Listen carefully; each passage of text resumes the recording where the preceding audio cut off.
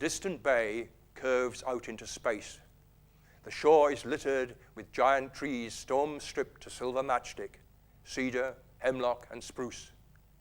Humans, displaced by this vastness, have heads like peas, limbs like grass stalks, and this unweeded garden of a forest which wraps the bay in its dark, hunting silences.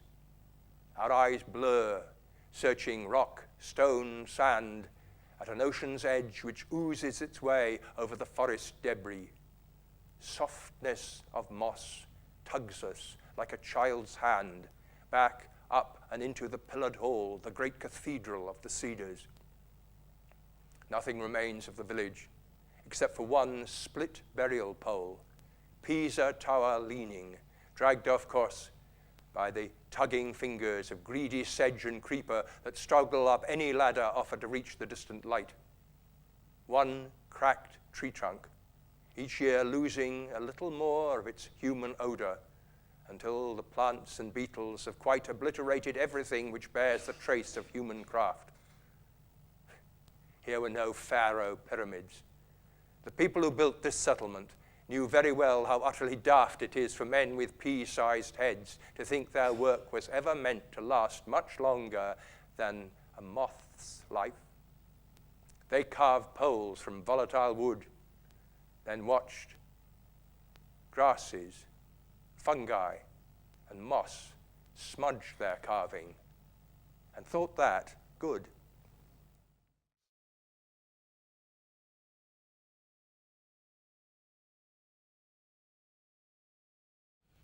"12 years ago, heather, gorse, rocks, that night attack. Our section pinned down by a sniper. Adrenaline fizzing, shout down my radio. I'll try and knock him out, boss. Call up a gully, skin my hand, peer out. My mate, where is he? Not a sniper. Half an RG platoon, plus machine gun.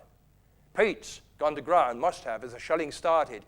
Okay, one grenade, lob it straight at the gun. Second grenade into them, duck down. Then 3 rounds into each RG. When they were all dead, one was not. Before I hit him, he shot into my legs. I staggered downhill like Frankenstein. They casevac'd me.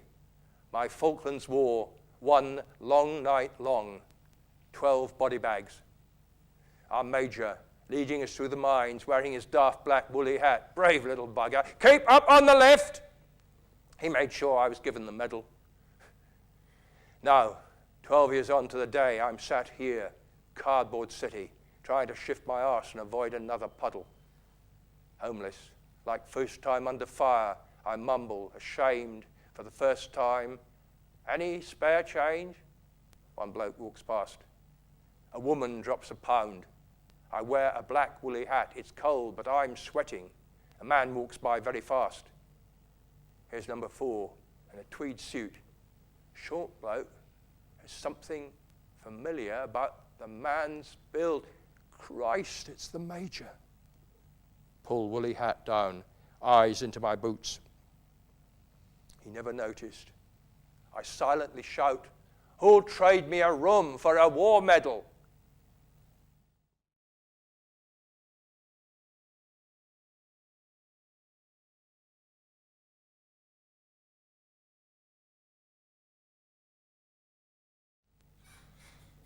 Oh, why did you not buy a season ticket from Baker Street or perhaps Marylebone, then lean back to enjoy a glimpse of cricket on Willesden Green or at Ruislip, the stone of St. Elfrida's Spa, circa 1840, architect James Grant? Why were you so naughty? Oh, why, when there are railways which could take you out through Middlesex and Bucks to Oxon, when you could snooze, or if you stayed awake, watch an 8 on the river with a coxswain christened Mivanwe, but with thighs like wire and shoulder muscles to evoke desire? Oh, why, when you had tempted at that disco, succumbed to taste chemical ecstasy, Neither Joan Hunter Dunn nor Pam would risk so easy a means to touch the infinity of love. I do assure you, why did you not travel by train, as wise people do? Oh, I know well the lure of a Cortina, a Triumph Herald, or an Aston Martin, an open sports car where rum and Ribena may tempt to Deb's delight to lay his heart in adoration at the feet of some goddess, hoping that lust like his lurks neath her bodice. But grandson David, this has led to shame, a tough fine, and banned driving for a year. I'm awfully sorry, and I'll take some blame since I popped off and am no longer here. Do grandsons listen to what granddads might teach them? Do any trains still stop at Compton Beecham?